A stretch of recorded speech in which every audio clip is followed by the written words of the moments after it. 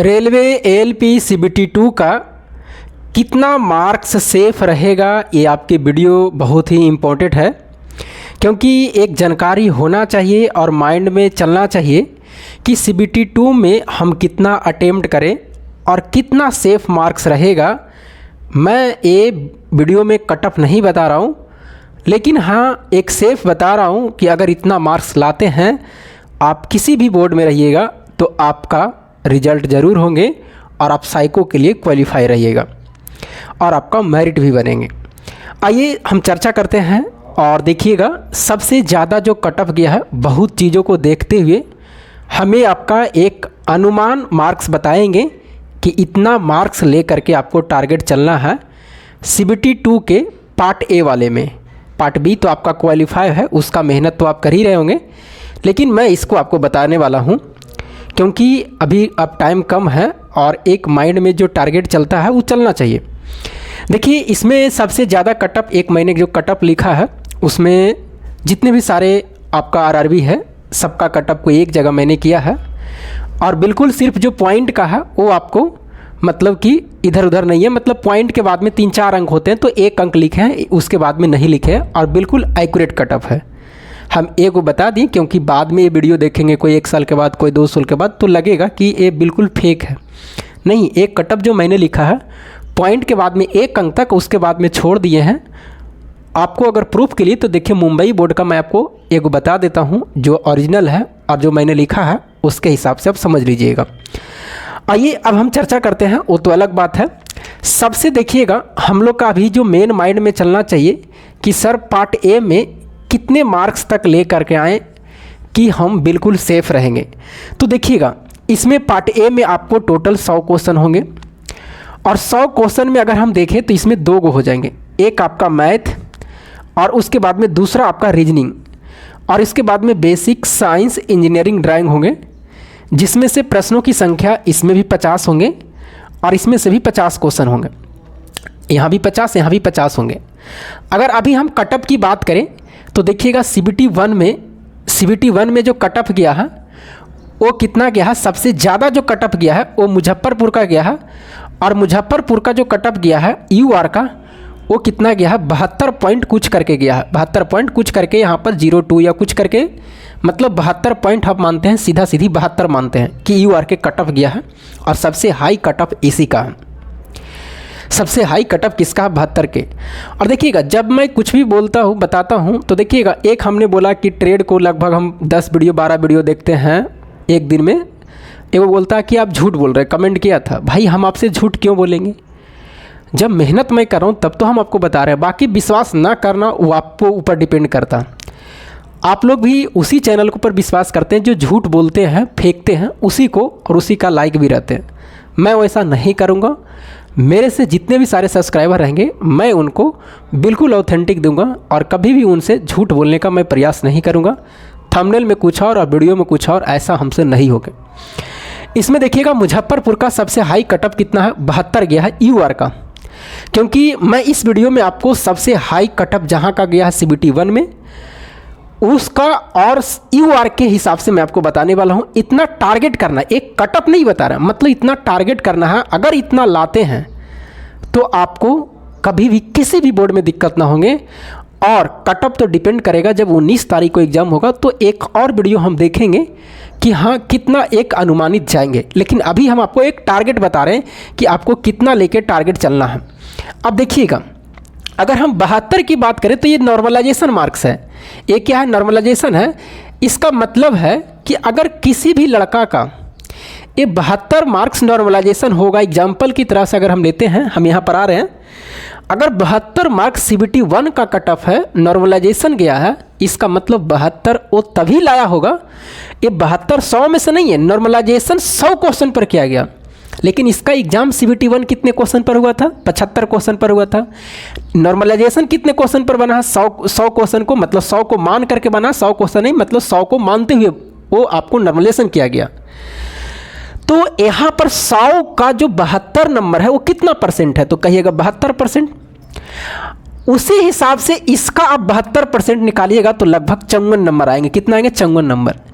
मतलब आप किसी भी बच्चा का देखिएगा जो भी CBT 1 दिया होगा और उसका रिजल्ट हुआ होगा या नहीं भी हुआ होगा, तो उसका जो भी रॉ मार्क्स होगा 75 क्वेश्चन में, और उसका जो भी परसेंट आया होगा उतना परसेंट ही उसको 100 में आया होगा। आप देख लीजिएगा, इतना जरूर हम आपको बता रहे हैं। जैसे अगर हम 75 क्वेश्चन का 54 नंबर मानते हैं तो 72% होता है लगभग। तो वही नॉर्मलाइजेशन आपको 100 में किया परसेंट में, मतलब नॉर्मलाइजेशन जो किया है 72 किया है, तो यहाँ से परसेंट निकालिएगा जो आपका रॉ मार्क्स है 75 क्वेश्चन में, और परसेंट निकालिएगा वही 100 में आपको परसेंट होंगे जो नॉर्मलाइजेशन मार्क्स होगा। मतलब 99% यही है। अब 2 नंबर 4 नंबर आगे पीछे हो सकता है, एग्जैक्ट नहीं मैं बता रहा हूँ, लेकिन ये एक अनुमान है। आप देखिएगा अपने अपने मार्क्स को काउंट करके।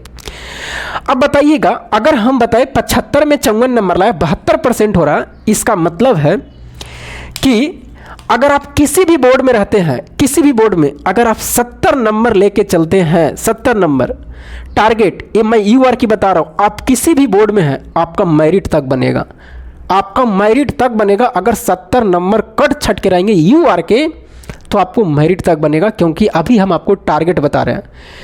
कट ऑफ बाद में डिपेंड करेगा कब, जब आपका एग्जाम हो जाएगा तब, लेकिन हम आपको बता रहे हैं एक टारगेट के हिसाब से। जब प्रश्न रहेंगे आसान तो हो सकता है, बढ़ भी सकता है, लेकिन अगर एक एवरेज अगर प्रश्न रहेगा तो मैं आपको 70 बता रहा हूँ।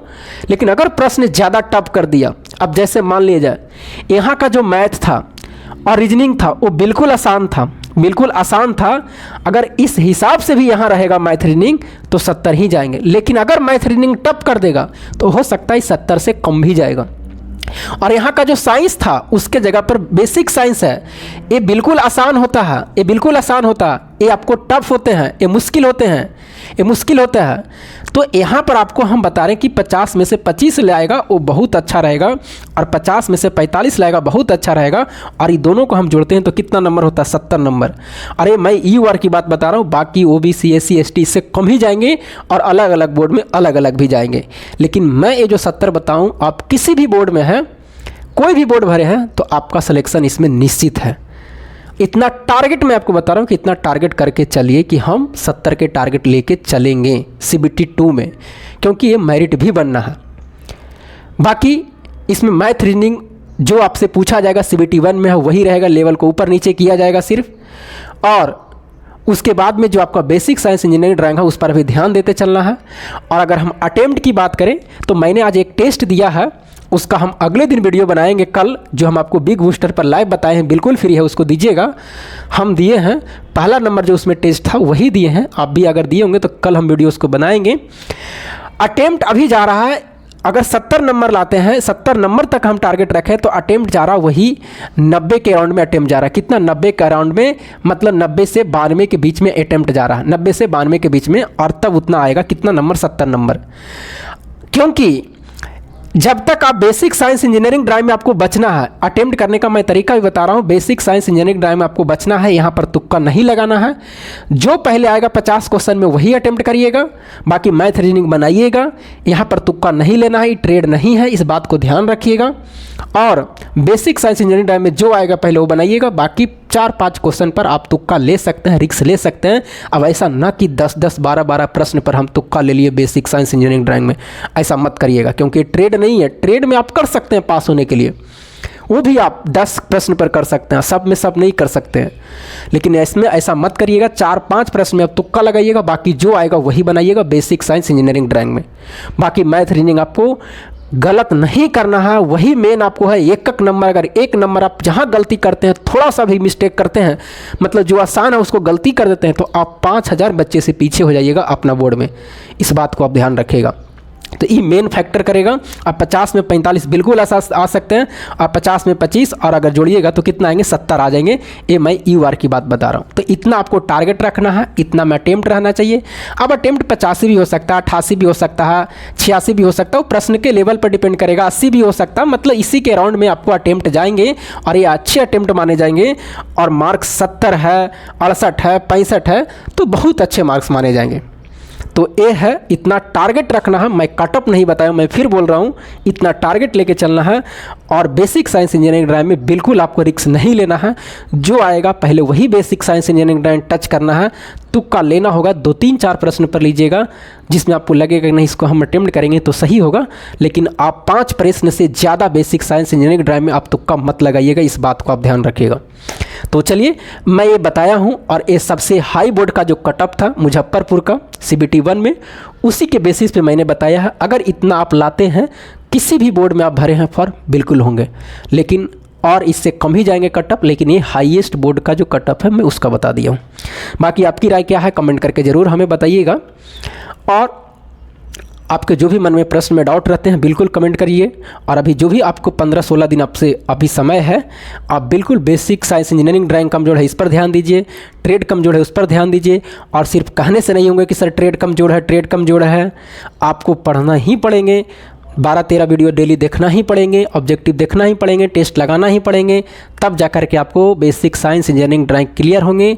और एक टीचर के भरोसे रहिएगा कि सर हम इस टीचर से पढ़ रहे हैं, इनका कोर्स लिए हुए हैं, कभी वो समाप्त नहीं करेगा।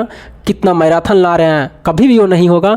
जो पुरानी वीडियो अपलोड है, जहाँ से भी आपको मिले, जिस यूट्यूब चैनल से मिले, मैंने 3-4 टीचर का नाम बताया है जो हमसे जुड़े हुए हैं, और उनको पुरानी वीडियो को भी आप देखिए, क्योंकि पुराना वीडियो का भी कॉन्सेप्ट वही है, अब का भी कॉन्सेप्ट वही है, थोड़ी चेंजिंग है। और ज़्यादा से ज़्यादा वीडियो को देखिए, तब जा कर के आपको 15 दिन में क्लियर हो सकते हैं ट्रेड। ये बात को आप ध्यान रखिएगा। तो पढ़ने के तरीके होते हैं, बाकी आपके मन में जो भी है, मेरा काम है बताना, मैं भी कर रहा हूँ, आप भी काम करिए। हम भी 11 बजे रात 11:30 बजे तक करते हैं, आप भी करिए। तो चलिए फिर मिलेंगे हम आपको अगले वीडियो में, तब तक के लिए जय हिंद।